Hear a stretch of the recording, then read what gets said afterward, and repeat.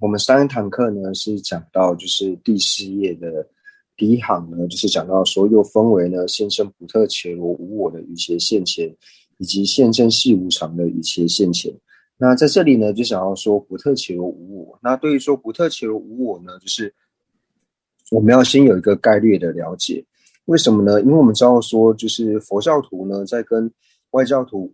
外道呢在做区分的时候呢，可以从见解呢以及行为来做区分。那从见解上来做区分的话呢，那最主要呢就是看有没有承许无我。因为只有内道徒呢是承许无我的，外道呢是不承许无我。那在承许无我里面呢，这边的无我最主要讲述到的呢，也就是普特伽罗无我。那在秩序派以下呢，就是通常在讲到说就是无我的时候呢，就是我们如果不看普特伽罗无我，一般只讲我的时候呢，就是我它是存在的，因为呢我和普特伽罗呢是同义的。那这个呢是名言我，所以名言我呢它是存在的，而且这个所谓的名言我呢，它也是我执呢它所缘的这个我呢是名言我。那所没有的这个我是哪一个我呢？无我的我呢，所讲述到所不存在的我呢，就是所破的我。然后呢，也就是不需观待，然后能够自体存在的这个我呢，是无我里面呢所指的我。但是，一般呢，就是如果不看无我，不看这个所破的我的话呢，只讲我的时候，那我还有普特伽罗呢是同义的，而且呢，这个呢都是存在的。那就从这边呢，我们会开始解释到说一切有部的所谓的无我。那从这边讲述到一切有部所承许的普特伽罗的无我，然后一直到秩序派呢所承许的普特伽罗无我呢，那他们的意思呢全部都是一样的，就是从一切有部所承许的普特伽罗无我，一直到秩序派所承许的普特伽罗无我呢，它没有在正德上呢有难易的差别，同样呢，他们在深浅上面呢也没有差别，同样的呢，它也没有粗细的分别。所以无论是一切有部所讲的普特伽罗无我，或者说呢经部中所讲的普特伽罗无我，或是唯识所讲的普特伽罗无我，乃至于说秩序派所讲的普特伽罗无我呢，都是没有任何差异的。那这一点呢，就是大家要记得。在普特伽罗无我之上呢是没有差别的，但是呢，在法无我来说的话呢，就是经部以下呢不承许有法无我。那唯识中所承许的法无我和秩序派所承许的法无我呢，他们在所破上呢就有所谓的就是粗细的差别。那同样呢，在安立的时候呢，也有难易的差别。那在正德的时候呢，也有难易之上的差别。同样呢，秩序派所安立的法无我，还有应成派呢所安立的法无我呢，他们在所破之上呢，也有粗细的差别。然后呢，在安立呢也有难易的差别。同样的呢，在正德之上呢，也会有难易的差别。那所以这边呢，我们就看到说，现正普特伽罗无我的一些现前。那刚刚呢，我们已经讲述到说，就是从一切有部呢，一直到秩序派呢，他们的普特伽罗的无我呢是没有任何的差别。那除了就是说，像是应成派，那至于说应成派呢，他在安利普特伽罗无我的时候呢，他是安利说就是施设处，施设处呢，普特伽罗之上呢，无自性呢，把这一点安利为普特伽罗无我。那所以以应成派来说呢，他所安立的方式呢是和下部中不同的。那这个呢，就是我们之前在讲述到就是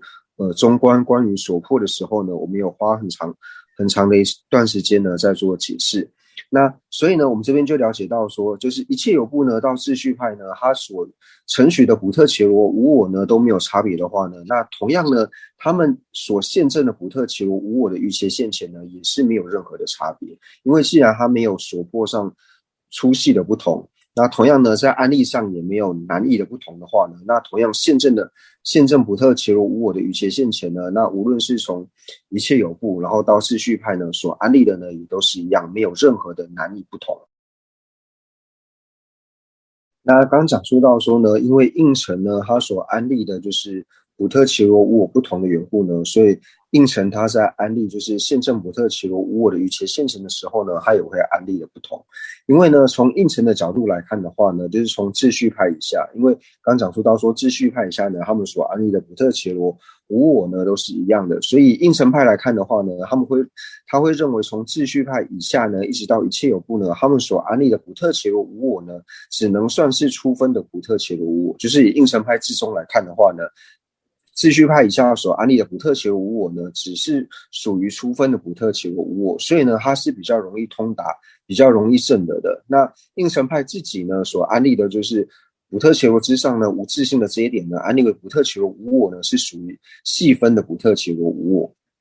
那这是应成派呢在安立时候的一个差别。那不过呢，就是从秩序派一直到一切有部呢，他们在安立所谓的补特伽罗无我的时候呢，他们只是认为说，他们安立的补特伽罗无我呢，就是细分的补特伽罗无我，没有比这个呢还要来的甚深的补特伽罗无我了。所以这是这两派呢，就是不同的程序。那这边讲到说呢，就是瑜伽现前呢，还有可以分为就是现证系无常的瑜伽现前。那在安立系无常的时候呢，那这个呢就是从一切有部呢到应成派呢，他们所安立的细微的无常呢都是一样的，因为呢在安立细微无常的时候呢，是从境那一方面去安立的。那在安立的时候呢，从一切有部到应成派呢，它全部都是安立刹那刹那的坏灭呢，这个是属于细分的无常。所以呢，在维系无常的安立呢，没有任何差别的时候呢，他们所从一切有部到应成派呢所安立的现证细微无常的瑜伽现前呢，也就没有任何的差异。那既然呢有细分的无常呢，就表示有粗分的无常。那粗分的无常呢，就像是瓶子破裂、房屋倒塌，或者说就是灯火熄灭呢，还有说像我们的运体消逝这一些呢，是属于粗分的无常。那接下来就是在关于无常的部分呢，就是其实还有很多可以探讨的内容，不过这边呢我们就不多做解释，我们就继续照着课文呢就是往下做解释。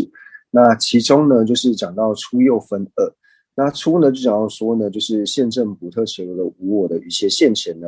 又分为就是了解补特伽罗呢常一自主空的一些现前，以及了解补特伽罗呢真实独立实体空的一些现前。那这边呢，就是这样子安立的方式呢，其实是有一点就是不太合适。那不过这没关系，我们就是要先了解到说，就是通达补特伽罗呢常一自主空的一些现前，还有呢通达补特伽罗呢独立实体空的这个瑜伽现前呢。那在了解这两个瑜伽现前之前呢，我们要先了解它的境到底是什么。所以现在呢，我们就先来解释什么叫做补特伽罗常一自主空，那什么叫做补特伽罗呢独立实体空。那我们先看第一个呢，就是想要说补特伽罗呢就是常一自主空。那这边呢就想要说，我们要了解到呢补特伽罗呢常一自主空的时候呢，我们要先了解到呢就是什么是常，什么是一，什么是自主。那补特伽罗呢，它如果是常一自主的话呢，是怎么样子？我有先了解到说，先成立什么叫做补特伽罗常一自主。那了解了补特伽罗是常一自主之后呢，我们才能够了解到说，哦，原来补特伽罗它并不是常一自主的。所以假如说常一自主空的时候呢，空就表示说不是的意思。所以我们要先了解到说，补特伽罗它如果是常一自主的话呢，它是要是怎么样的存在方式？那了解到说，哦，原来补特伽罗不是这样的存在方式的时候呢，才能够了解到说，哦，补特伽罗呢，它不是常一自主的，所以这个时候呢，才能够了解到什么是补特伽罗常一自主空。所以我们要先了解到常是什么意思，一又是什么意思，然后呢，自主呢又是什么意思。那我们呢就先来看到，就是补特伽罗呢，就是常一自主空。那所谓的常呢，就是我们讲常无常里面的这个常法。那跟常法和无常法，就是我们一般讲说常和无常两者是相违的，那就是这边所讲的常法，就是和无常相违的这个常法。所以先称许呢，补特伽罗呢它是常法。那第二个呢，讲到说一的意思呢，就是补特伽罗呢它是无分的，就是补特伽罗它是不可分割的呢，称之为一，就是我们前面讲到说无方分、无实分，它就是这种无分的呢，称之为一。所以普特伽罗它无分呢，称之为是一。那自主的意思呢，就是不需关带着因缘，不需关带因果呢而自主所以不需关带因果呢，所以称之为是自主。那所以呢，我们在了解了常的意思，还有一的意思，还有自主意识后呢，我们就会去寻找说，是否有一个普特伽罗呢，它又是常法，然后呢，它又是不可分，然后呢，它又是不需关带因缘，能够自主独立而有的呢。然后寻找之后呢，发现常一自主的普特伽罗呢是不存在的。所以当了解到常一自主的普特伽罗不存在的时候呢，我们自然而然就能够了解到说呢，没有一个普特伽罗呢，它是常，然后呢又是不可分，然后呢它又是不需关带因缘而有。在了解这3点之后呢，自然而然就能够了解到说呢，普特伽罗呢它是常一自主空的。所以我们在讲述到说呢，普特伽罗呢是常一自主的时候呢，不是说它3个里面呢符合一个条件就可以了，而是它3者呢都要符合，就是你要找一个普特伽罗呢，它既是常法，然后呢它又是不可分，而且呢它也不需要关带因缘而有的呢，那要安立到就是这3个条件都符合的时候呢，才能够称之为这个普特伽罗呢，它是常一自主的。但也就是因为找不到具备这3个条件的缘故呢，所以才会称之为是普特伽罗呢是常一自主空。那就是我们这里了解了什么是普特伽罗呢常一自主空之后呢，那我们要特别呢就是了解到这边所谓的自主的意思呢，是不需要关带因缘而有呢，称之为是自主。所以这边自主的意思呢，跟下面呢会讲到说普特伽罗真实独立的实体空的时候呢，那会讲到说独立，就是它里面的独立跟这边所讲的自主呢，两个的意思呢是不一样的。所以我们要把这边的自主呢，就是很清楚知道说，这边的自主则是不需关带因缘而有呢，叫做自主。那至于说下面呢，普特伽罗真实独立实体空的这个独立到底是什么意思呢？那我们等一下再做解释。那所以这边呢，就先讲到说，就是我们要了解，就是说通达普特伽罗常一自主空的瑜伽现前之前呢，就是我们在了解这个瑜伽现前之前，我们先要了解到呢，这个瑜伽现前它所通达的境，也就是呢普特伽罗呢常一自主空呢是什么东西。然后再了解说，去观察普特伽罗它是否是常一自主空之前呢，我们要先了解到说，那普特伽罗它如果是常是一是自主的话呢，是怎么样的存在的行为？那唯有透过这样观察之后呢，知道说哦，普特伽罗它非常非一，然后非自主的时候呢，我们才能够了解到呢，什么是普特伽罗的常一自主空。那了解了这个之后呢，我们才知道说哦，那通达普特伽罗常一自主空的瑜伽现前呢，原来是这个东西。那这样子呢，我们才能够有个概率的了解。那接下来呢，就是讲到说，就是又分为呢，就是通达普特伽罗呢真实独立实体空的瑜伽现前。那同样的呢，我们要了解到什么是通达普特伽罗真实独立实体空的瑜伽现前之前呢，我们要先了解到什么是普特伽罗的真实独立实体空。然后在了解普特伽罗真实独立实体空之前呢，要先知道说，那什么叫做普特伽罗的真实独立的实体？那这个呢，其实我们在之前已经讲述过了。那普特伽罗真实独立的实体呢，所讲述到的呢，就是不需要关带运体所安立的普特伽罗呢，它就是普特伽罗的真实独立的实体。所以呢，当我们了解到了普特伽罗真实独立实体的时候呢，那自然而然再去思维的时候呢，和它相反的呢，就是普特伽罗真实独立的实体空。那当了解了这个境之后呢，自然而然就了解到说，那通达普特伽罗真实独立实体空的瑜伽现前呢，又是什么？那就变得更容易去了解了。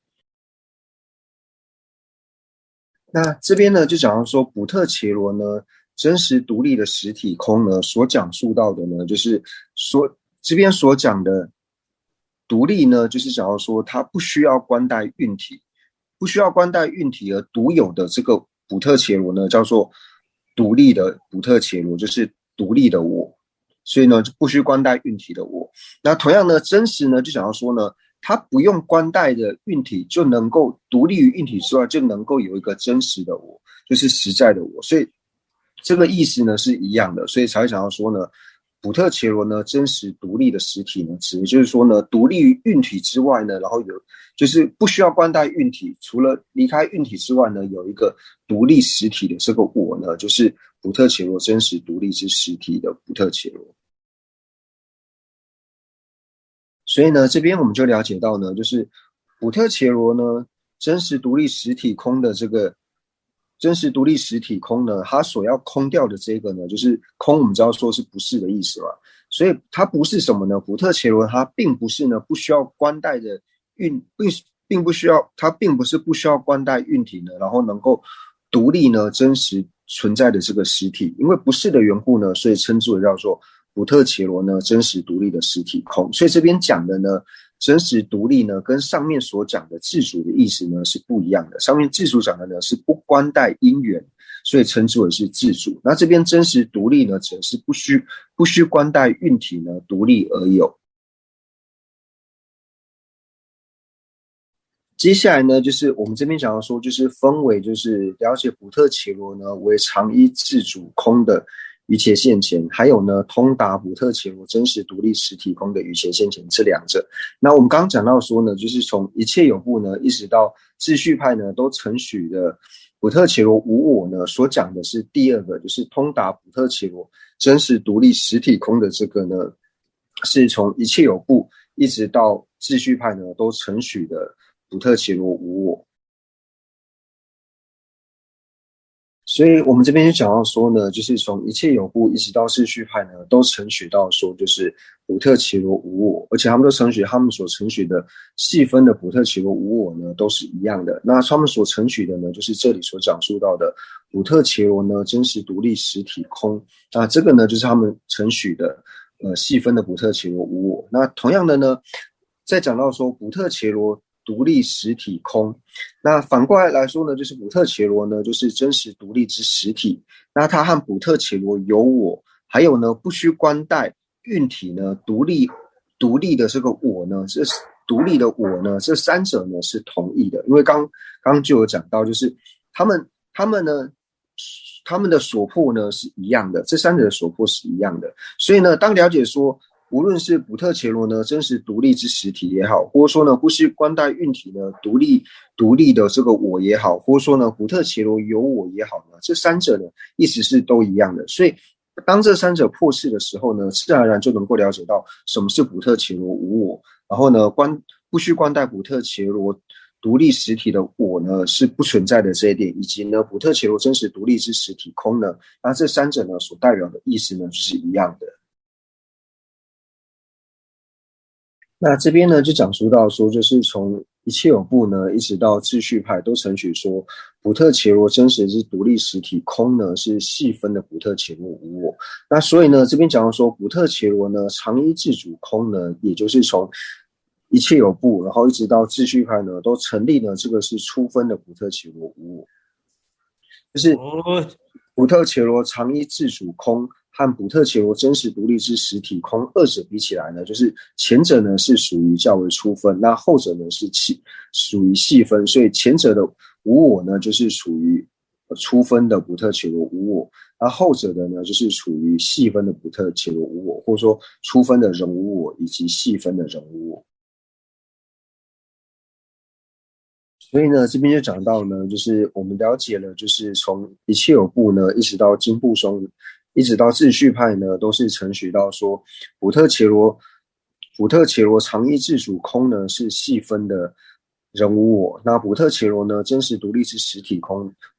抱歉讲错了，就是普特伽罗呢常一自主空呢是粗分的人无我，那普特伽罗呢真实独立之实体空呢是细分的人无我。所以我们一般在讲述到说呢，就是秩序派以下呢，讲到说正得初分的人无我的时候呢，就是讲到说正得普特伽罗呢常一自主空。所以呢，如果说他只是正得了普特伽罗常一自主空呢，但是没有正得普特伽罗真实独立之实体空，也就是他没有正得普特伽罗呢，他不需关带运体独立而有的这个空之前呢，那不能够说他正得了细分的人无我，只能说他证得了初分的人无我，所以这个呢是这两个要分清楚的。那所以呢，就是我们讲到说，这边呢，就是在讲述一切有部呢，到秩序派以下呢，他们所安立的就是细分的人无我呢，都是一样的。那也就是呢，我们在讲到四谛的时候呢，就是在讲苦谛。那苦谛的四个形象里面呢，就讲到说无常、苦、空、无我。那在四谛16形象里面的这个无我呢，指的呢就是补特伽罗呢独立实体。补特伽罗呢，真实独立的实体空呢，这个才称之为是这里的无我，而不是指说补特伽罗呢常一自主空。那所以呢，我们总结的来说的话呢，那也就是我们在讲述到，就是从一切有部呢到秩序派里面呢，它所讲述的是独立之实体空，还有呢就是人无我。以及呢，四谛16形象中就是苦谛里面所讲述到的无常、苦、空、无我的无我呢，它所代表的意思呢，都是一样的。那或者说呢，我们如果再把三转法轮加进去的话呢，那就讲到说，就是初转法轮它所抉择的人无我呢，也就是这里所讲到的补特伽罗呢，真实独立之实体空，那这些意思呢都是一样的。所以呢，在了解这一点之后呢，就是我们了解到，就是从一切有部呢到秩序派呢，讲述到说，就是当在见到位的时候呢，或者说见到无间道呢，他要就是现证呢，就是补特伽罗无我的时候，这边所讲述到的现证的补特伽罗无我呢，全部都是讲细分的补特伽罗无我，也就是在讲补特伽罗真实独立的实体空之外呢，并不会去理解为说补特伽罗呢是常一自主空的这一点。所以在讲到说就是有关就是心绪里面呢升起就是见道，或者说呢见到无间道呢，他所证得的补特伽罗无我呢，那全部都是指细分的补特伽罗无我，也就是补特伽罗真实独立的实体空之外呢，并不会理解为是补特伽罗常一自主空。所以呢，从这个角度看的话呢，就是我们可以了解到说，像是一切有部也好，经部中也好，或是唯识中乃至于在秩序派呢，他们只要讲到补特伽罗无我的时候呢，就一定呢都是指说补特伽罗呢真实独立的实体空。那接下来呢，我们就看到就是第6个呢，就是一切有部呢，它所承许的无我呢是如何的做承许？那它就是一切有部呢，它在承许无我的时候呢，它是承许呢，就是细分的无我呢，还有细分的补特伽罗无我，二者呢是同意的。那其实这种承许方式呢，并不是只有一切有部，那乃至于说呢，就是到秩序派呢。一到唯识中呢，都是如是的承许。因为呢，在讲到无我的时候呢，都是认为呢是法无我。虽然说唯识中呢，它有承许法无我，但是在讲到说细分的无我的时候呢，它并不会去理解为说这个是法无我。因为在讲无我的时候呢，它所无的这个我呢，一定都是从补特伽罗呢，就是是否是不需观待运体的补特伽罗呢，然后来做理解的。所以只要提到无我呢，都是指到人无我。所以在讲到说细分的无我，还有呢细分的补特伽罗，二者同意呢，那这个一直到唯识中呢，都是做如是的程序。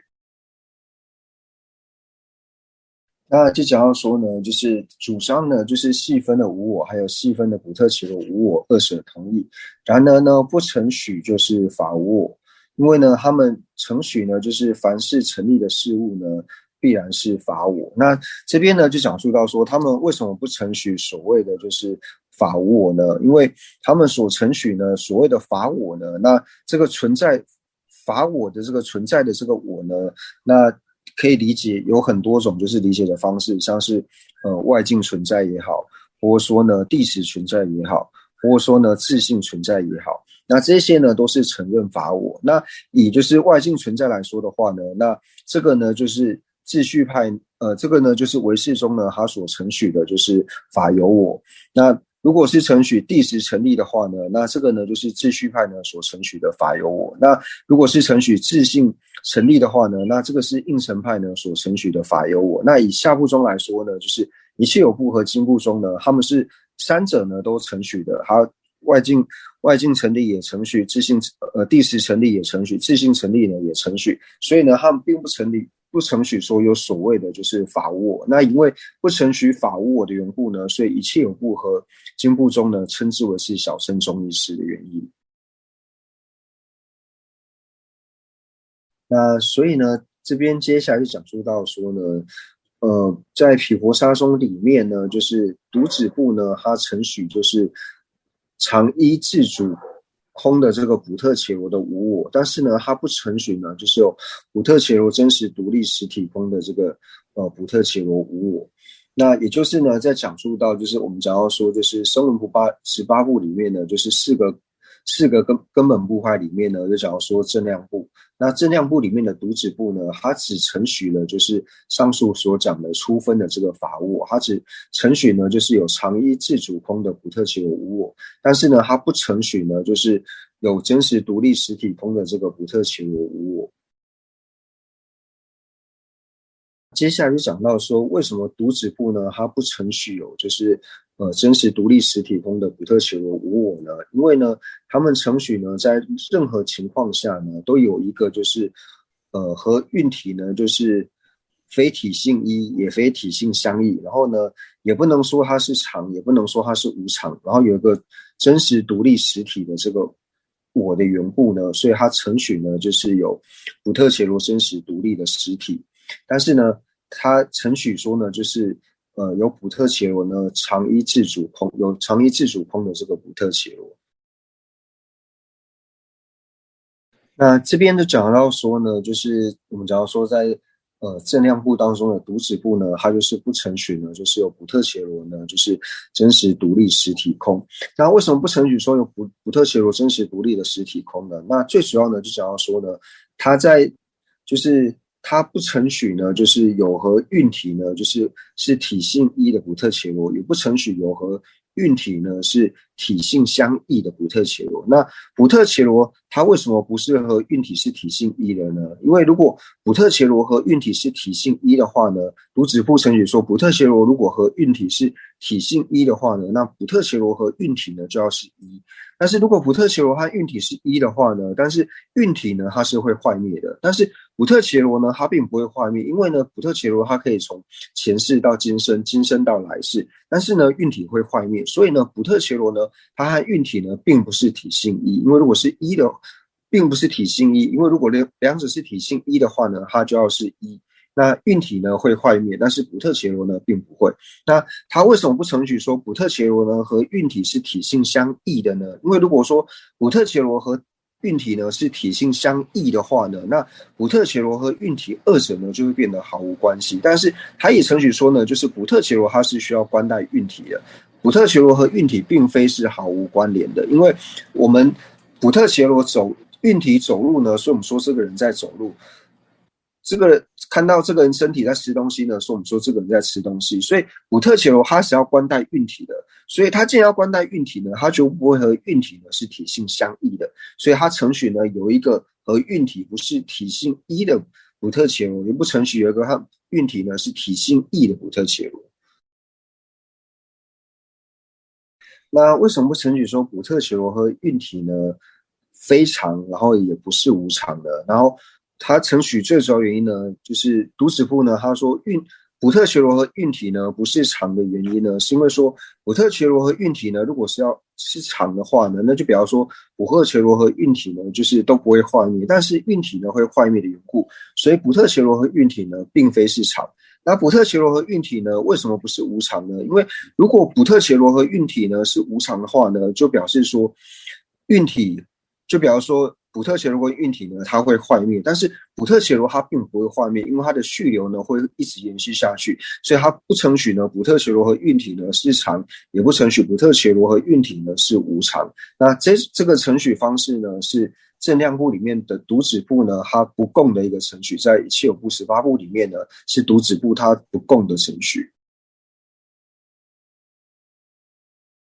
那虽然说呢，就是以正量部来说呢，正量部它本身呢是承许到说，它承许有普特伽罗呢真实独立的实体，就是它承许有真实独立实体的普特伽罗。但是呢，它并不是和就是读子部讲说呢，因为呢普特伽罗和运体呢，它并非是体性一，它也不是体性相异。同样呢，普特伽罗运体呢，它不是常也不是无常，它并不是这样的程序。但是一般来说呢，正量部它也是承许呢，就是真实独立实体的普特伽罗的。就是想请问仁波切呢，支持普特伽罗实体有呢，是否就是支持运体和我是体性一的？那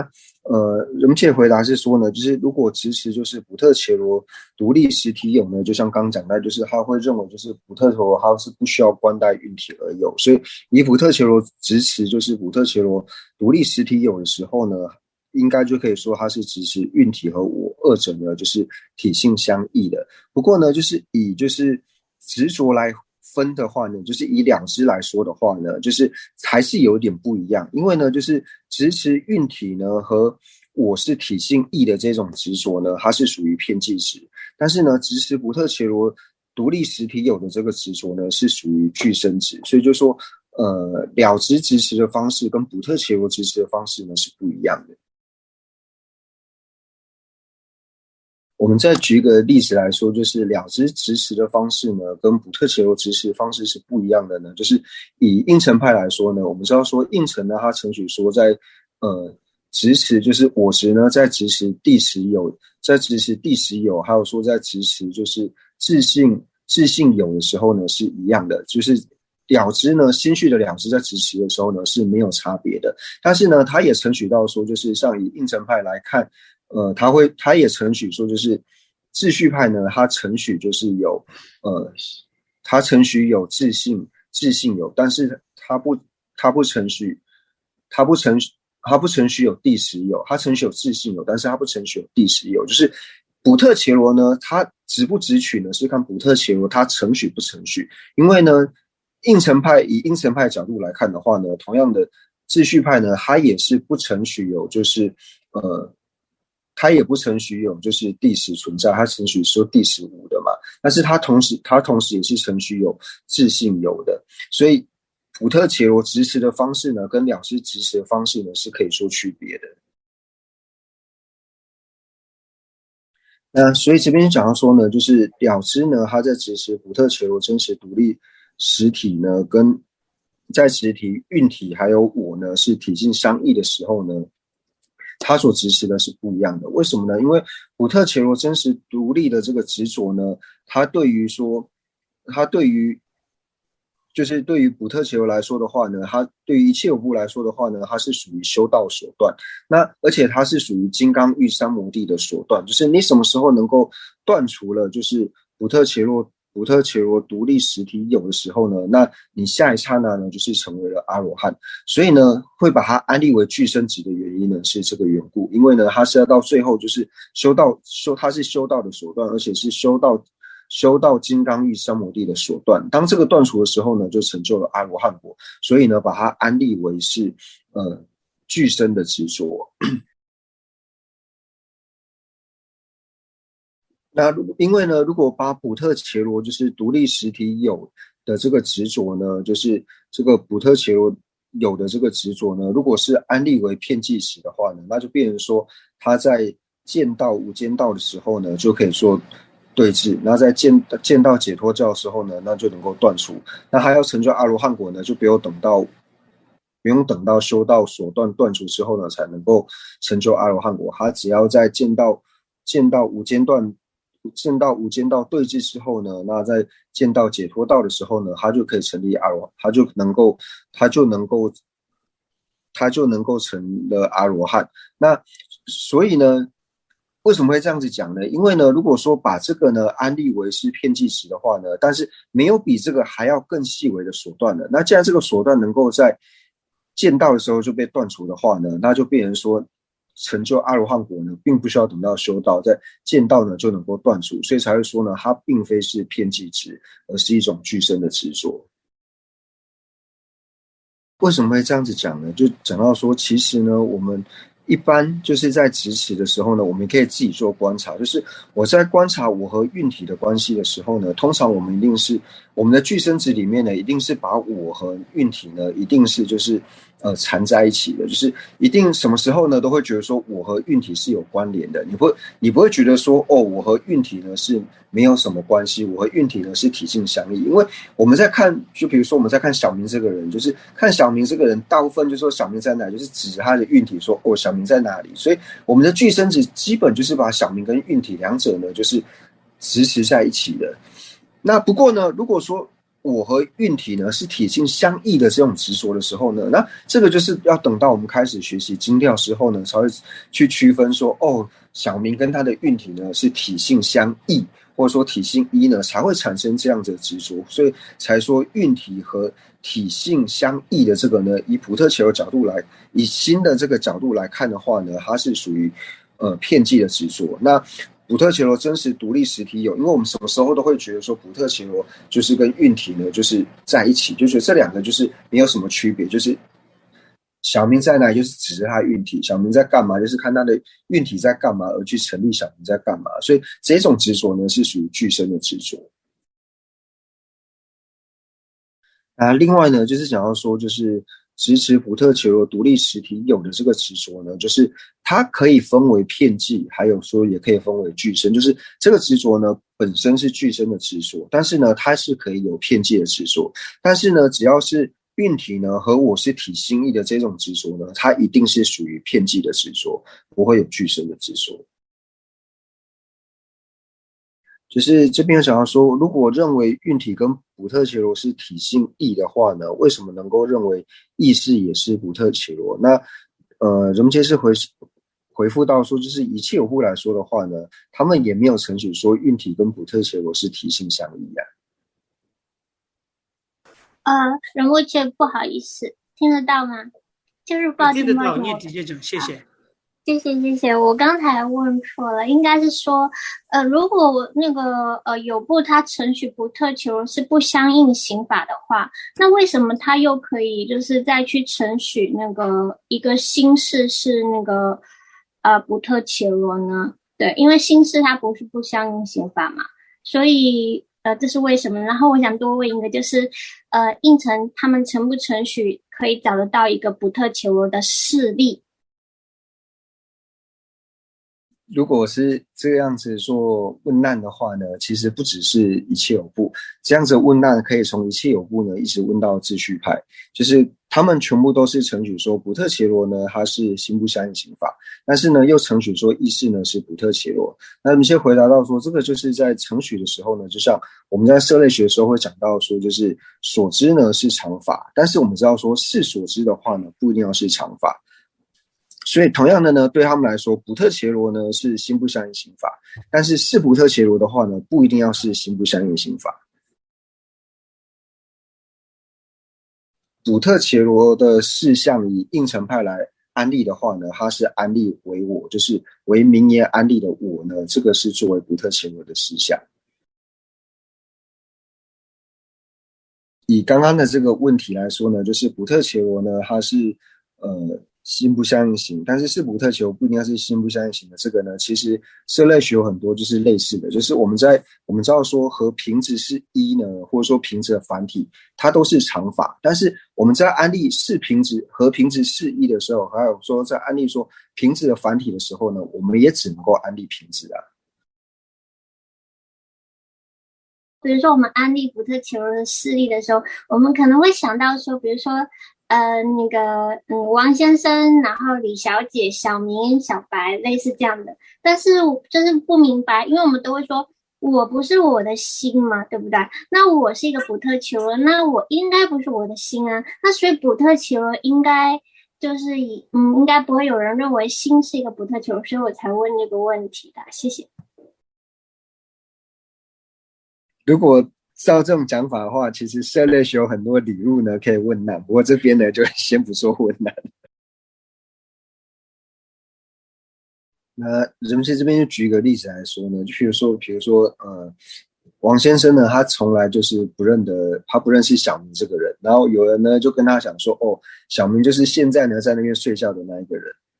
那王先生看着这个在睡觉的小明之后呢，那之后他在路上遇到小明，就是看到小明呢在吃饭的时候，或是小明在走路的时候，他自然而然就能够认出来这个是小明。虽然说在吃饭时候的这个小明，还有说在走路的这个小明，并不是他一开始认识在睡觉的时候的那个小明，但是他透由一开始看到在睡觉那个小明之后呢，他之后在路上遇到不管是小明在走路或是吃饭的时候，他就能够认得出来了。因为他心里面想说，哦，这个就是昨天他看到在睡觉的那一个人嘛，但是现在这个人他并没有在睡觉啊，但是还是可以认得出来。就是说他一开始现行的时候呢，这个人可能是一开始是穿黑色或是蓝色衣服，但是第二次遇到他可能是穿不同颜色的衣服，但是他还是可以认得出这个人。或者说他一开始认为，就是一开始他认识这个人的时候呢，这个人他可能就是手脚受伤，然后可能是打石膏，所以心里面在显现，就是隔一段时间呢，心里面现起这个人的时候呢，还是会现起这个人就是手跟脚上就是有打石膏的这个样子。但是呢，实际上呢，这个人他可能他的手脚就是都已经好起来，他也不用再用石膏去固定的时候，但是我们现起来还是会现起他绑石膏的这个形象。那这边呢，就是想请问如何切呢？就是指通达初分的人无我和通达细分的人无我呢，对修行的果呢会有什么差别？那现证初分的人无我呢，能不能够成就阿罗汉果？那人们界就回复到说呢，这个问题呢就应该先问说，就是我们为什么要修行？你修行的目的是为了什么？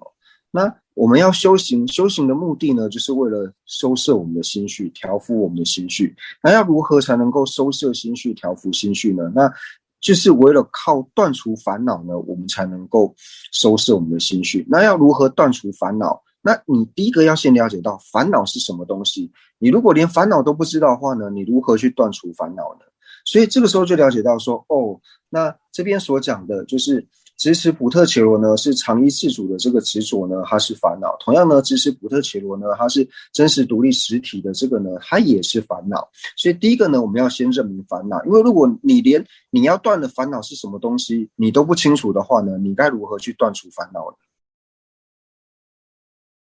那就如同我们之前在讲述中观的时候，就讲到说，像是引了吉天菩萨呢，他在《入菩萨行论》里面第9品呢，就讲到说，就是我们在要断除、要证得空性之前呢，你要先了解说空性它的相违品呢到底是什么？你要先了解，就是你要了解到所破是什么，因为你唯有知道所破之后呢，你才能够破除它。如果一开始你连你要破的东西是什么你都不了解的时候呢，你如何去破除它呢？那这个道理是一样的。所以说这边想请问仁波切呢，就是独指部的常空就是补特伽罗非常非无常吗？为什么不叫常空无常空一空？就是补特伽罗非一非异吗？为什么不叫一空异空？就是这边就是仁波切就直接回答到说，就是因为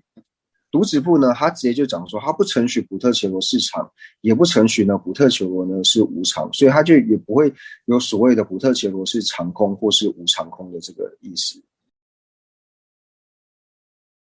那就是想请问仁波切呢，就是平常该如何去思维或是观察补特伽罗独立之实体空？因为呢它是具生值，那我们又是凡夫呢，平常该怎么去做观察？那仁波切就回答到说呢，那这个就是供一切有部一直到秩序派的，就是呢，当我们平常生气的时候呢，我们的我执呢会很容易的跑出来，因为这个时候呢，我们在很生气的时候呢，在这个当下呢，我们会觉得呢，就是所执持的这个我，你会觉得说，它就是不需要观待运体，不需要观待任何一个东西，它就是一个真实独立的一个实体的我在那个地方。那所以呢，当我们了解这一点之后呢，就是平常我们就去观察说，我现在很生气，或者说当我内心很强烈想到我的时候呢，你是以什么样的方式去执持这个我？那等到呢，你透由一而再再而三去观察之后呢，你能够了解到说，哦，我现在所支持，比如说当我深入当下呢，所支持的这个我，原来呢，我现在所支持的这个不需要冠带运体呢，有一个很真实独立的这个我呢，就是所谓的普特伽罗真实独立的实体我。那在知道说这个时候你所支持的是普特伽罗真实独立实体我的时候呢，那你再慢慢的去思维，特有理路去思维到说，那我盛怒当下所支持的这个真实独立实体的这个我呢，它是否如同我所支持一般是存在的？就是说一开始呢，我们应该是透过这种方式呢来做观察。我们今天就举一个例子来说，就是这个不知道正不正确啊，就比如说呢，当一个人呢，他在就是大众集会的时候呢，他就污蔑我说，我是小偷，或者说他用很难听的话骂我的时候呢，那这个时候我一定是非常的生气。那这时候我心里面呢，只会有一种想法，就是我呢一定要去找他理论清楚，他为什么要这样子污蔑我。那因为呢，这时候我非常愤怒的缘故呢，所以我在去找他的这个路上呢，即使呢，就是你的头上呢，可能就是沾到了那个鸟大便，或者说鸟大便呢就是滴到你的手上的时候呢，你这个时候都会觉得说这个不重要，反正呢现在我呢就是我现在这个我呢，我一定要去找他理论清楚，大概就是这种感受。所以就在这种很愤怒的当下的时候呢，你会觉得你的运体呢是不重要的，就是看刚讲，就是他被呢就是可能鸟大便呢滴在你的头上，或者说呢你脚踩到泥巴呢，你都觉得这个没有什么关系，反正现在呢我就是一定要去找这个人算账，我一定要去跟他呢就是理论清楚。这个时候你只会想着我，应该就是类似这种状态。那就是关于就是无我呢，还有一个重点。那这个因为时间的关系呢，那下一堂课呢再继续的做解释。那我们先收摄一下呢，就是今天上课的内容。就是一开始呢，先讲到说，就是通达普特伽罗呢，常依自主空的一切现前，以及通达普特伽罗真实独立实体空的一切现前。那在了解这个一切现前之前呢，要先了解到它所通达的就是普特伽罗常依自主空。那常依自主空是什么意思？所以就要先了解到说，那普特伽罗它如果是常依自主的话呢，是哪样子的存在方式呢？称之为是常依自主的普特伽罗。那了解了之后呢，再去观察说，